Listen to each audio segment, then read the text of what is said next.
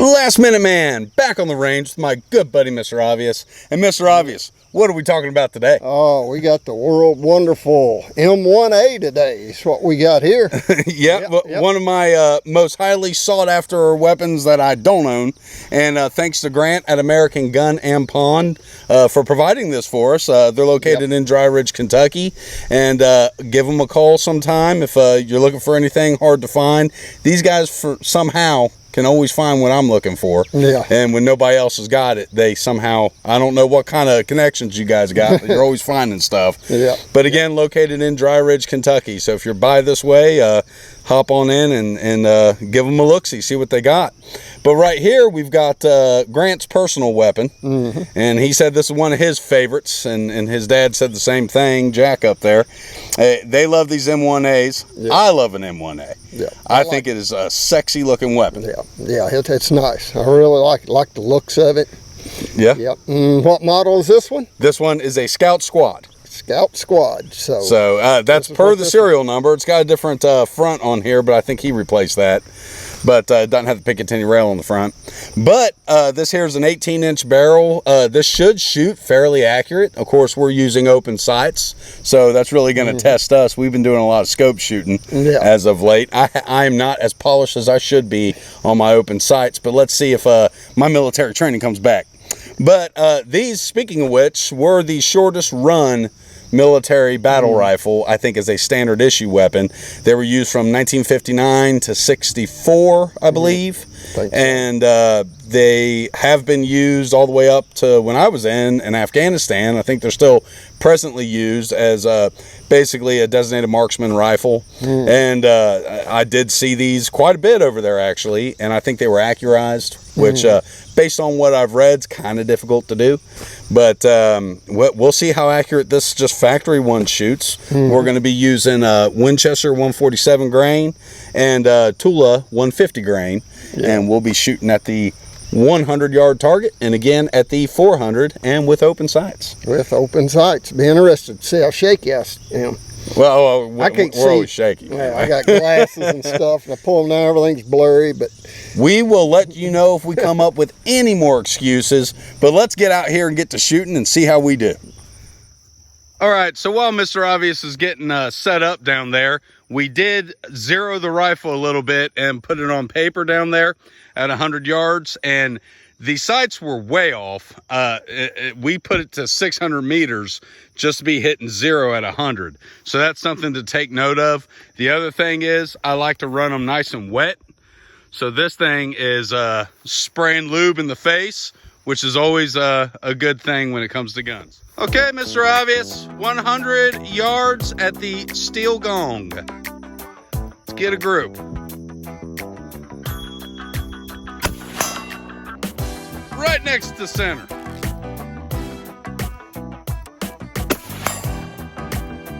Buddy, I think you're stacking them there.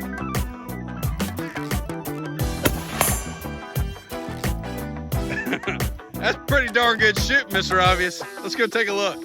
All right, Mr. Obvious, so show us what you did here at the 100 yards. Well, it looks like I pinged her here, here, and here, so we got to about 2 3/4 inch group, what we measured it out to be. Yep. So that's open sights, and not too bad. Not too bad for factory ammo, open sights. Yeah, old ball ammo. And your old man eyes and stuff. Old eyes. All right, I'm going to go shoot with the Tula ammo and see how I do. All right, going to try his 100-yard strategy out here.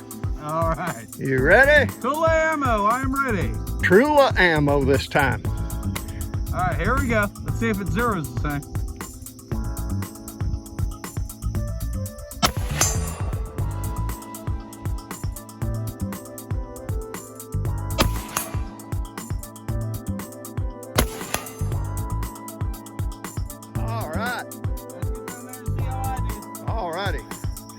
Last Minute Man, what did you do here? As per usual, I tend to pull shots, but and that's all me, folks. It's always your second shot or the third. but yeah, this was my first shot according to Mr. Obvious here. It was the first shot, second, and third. So yeah, we're like right there. You're talking 4 inches. Yeah. So that's 4 MOA, which isn't great, but that's, again, Tula ammo. That's me shooting. And I want to mention real quick, we did have, and this is like the second or third time we've had a comment about us shooting 3-shot groups. People are saying shoot 5-shot groups, then you know it's not just you. Well, it's definitely me. I'll go ahead and say that, because we saw Mr. Obvious perform a much tighter group. And it could be the ammo a little bit there too. I'm going to doubt that though. But when people say that, you got to realize ammunition is not cheap. And we would love, I'll sit out here and shoot all day long, and Mr. Obvious will too. Yeah. If y'all want to provide our ammunition, I mean, I'm not trying to be a jerk here or anything, but nobody pays us. We do this for fun, and we enjoy the back and forth. But yeah, we're both out here shooting. We're trying to be as skimpy as possible or ammunition consumption. So, you know, guys, sorry about that, but it's the best we can do with what we've got. But I think the results kind of speak for themselves. You can see Mr. Obvious shot a tighter group than me. That is me pulling. Yeah, well, it's only about 3.5 inches. Ain't quite 4, but look at that. He's being nice. Yeah, all right, we'll go out here. We'll shoot 400 yards and see how we do. All right. All right, so Mr. Obvious is set up here at 400 yards. Now, to put this in perspective, we were at 600 meters on the dial to shoot accurately at 100 yards. So we've taken it up to 800 meters, and we're hoping that works out for us. I'm going to fire this up here, Mr. Obvious, so we can do the picture-in-picture. And you are ready to go. Fire when ready. If we even can hit it.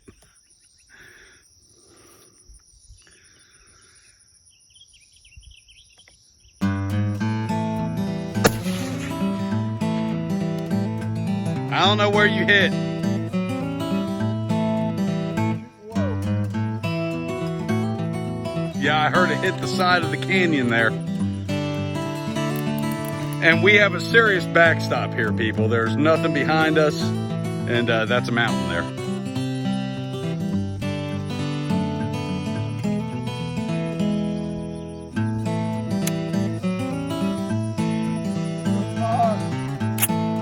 It's right there. All right, try her again.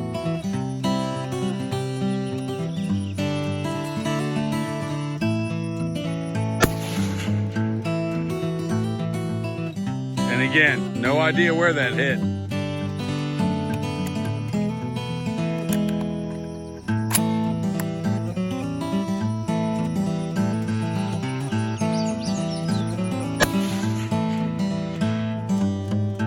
All right, so I'm gonna watch the footage on the zoomed in camera there and see where you hit. Okay, just to show you real quick here, that is definitely not a light primer strike. That is just a bad primer. Yep, bad primer. Okay, so off camera, I got the notion. I said I can't leave it lie at that. So I took it back down to 600 yards or 600 meters, and I just Kentucky windaged it and shot at the top of our target's head there, and it hit. Of course, we did that off camera, so I'm going to do 3 more shots on camera, and then let Mr. Obvious do 3 shots and see if we can redeem ourselves. But what we have come to find is the numbers on these sites don't mean squat. So don't rely on that. Okay, so go ahead and hit that, Mr. Obvious. Are we ready? We are rolling. I'm aiming top of his head.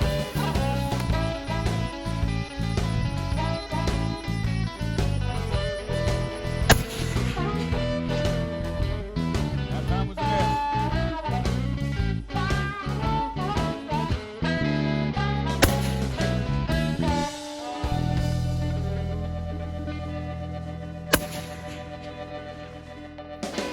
All 3 goose eggs that time. Okay, so ain't it the story of my life? When it was off camera, I did hit. I swear to God I did. So Mr. Obvious is going to try it now with these Winchester. I can't believe that just happened. I am full on frustrated. All right, get down there, Mr. Obvious, and hit this thing on camera so we can at least get a baseline. So I did hit it once off camera, and we'll show you the target when I ride up there. I swear to God. All right, we ready? Ready. And here we go, Mr. Obvious.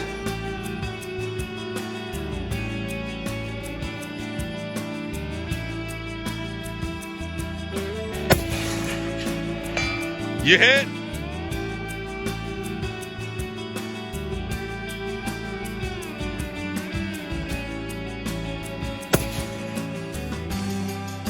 Miss. Hit. I think you were center there. But okay, so there will be 3 shots on it, because I did hit it once off camera, gosh darn it. All right, I'll go down there. Okay, so I just got up here. You can see 2 of them hit right at the bottom. One of them just clipped, and one of them was dead center. I'm gonna say that was me. Of course, you guys know because you saw it already in the film. Of course, I'm being funny. And we are back with our after action report. What do we have to report today, Mr. Obvious? Well, bad eyes. Maybe you got that excuse. I don't. It is what it is. What you see is what you get, folks. So I don't sit here and cut and edit things to try to make us look any better or make the gun look better or worse or anything like that. That's not the way we play. But we show it to you as it happened. 100 yards is a lot different than 400 now. Well, and for some reason, and I do believe these are in meters. I'm sure somebody out there can correct me if I'm wrong, so I'm just going to say meters. If it's yards, please let me know. I assume we're talking military vernacular, so I would assume it's 600 meters. But to shoot accurately at 100 yards, we had to put it on the 600 meter dial. Out there, we assumed we'd be getting a serious drop, so we put it out to 800. I figured 28-inch drop, but we put it on 800. We weren't even hitting targets. So. No, and actually when I went over there are divots in the ground that you can see. We're hitting, it was right below it. So that dial, who knows what it's doing? I can't figure it out. I'm sure somebody out there in the world can let us know. But when we took it back down to 6, I just did good old Kentucky windage. Aimed at the head. Mr. Obvious was walking away. I said, nah, I got to take one more shot. I got to see this. I was like, because I know I'm not that far off if I can guess. And if I know I'm hitting at 100, I just aimed what I thought was about a 28-inch drop trajectory. And it did hit the target. So then we did the next shots, the follow-up shots you saw where I missed every single one of them. And then Mr. Obvious hit 2 out of 3, which ain't bad. I was shooting a Winchester. You shot the Tula through all of it. So yeah. I don't know if that's got any difference in the velocity of it, but there's so many factors going on here. You start getting frustrated when you get those misses. Folks, it's easy to get frustrated. You start getting frustrated. You start getting mad at yourself. And what am I doing wrong? And sometimes it isn't you. It is the gun. And sometimes it is the gun and not you. Or well, I said the same thing twice, I think. It's you, not the gun. Yeah. So sometimes that happens. Yeah, but I love the gun. The recoil is extremely light on it. It is sweet to shoot. Yeah, the muzzle brake's great on it. Yeah. And I'll show here. Of course, it's empty. You can see through it. We are empty. It's relatively light actually for what you got. Not bad at all. It's got the synthetic stock. The trigger pull is okay. We did it off camera. It was 6 pounds off camera, so it's okay. This is kind of like having an old muscle car or something. They're just cool. It's not going to outrun a modern day sports car, but it's sexy. It's got a lot of horsepower. It rumbles. It's cool. And I do really like this rifle. I sincerely do. We have one misfire, and that was the ammo. That was the ammo, not the gun. Yep, for sure. Had a good primer strike, but the ammo didn't go off. And we did it twice, so yeah, and it still didn't go off. So it had a dead primer in it. So that is definitely just an ammo issue, and that shows you, the guys, you can have that with any ammo. I mean, I've seen high-end ammo actually do that. But we're shooting just basic, simple factory loads out here, guys. This is just what we did today. With open sights, and neither one of us are going to sit here and say we're the world's most expert on hitting accuracy with open sights. Obviously, a 2.23's got a much flatter trajectory, but I'm telling you, it's hard to figure out when your aperture there, your side aperture, is not accurate. And I can tell you, proof positive, that's highly inaccurate. So, based on what we were seeing. Yeah. So, yeah, I mean, we dialed it up. I mean, we done one. How many clicks did you go up at 100? When we first zeroing it in, it moved it up like 8-9 inches. And well, I took it to 600. It was 600 when we first started. But when we first started, we were at dead zero at 100, and you moved it up, and it wasn't hitting the target. Then I moved it to 400, and it was hitting at the bottom of the target.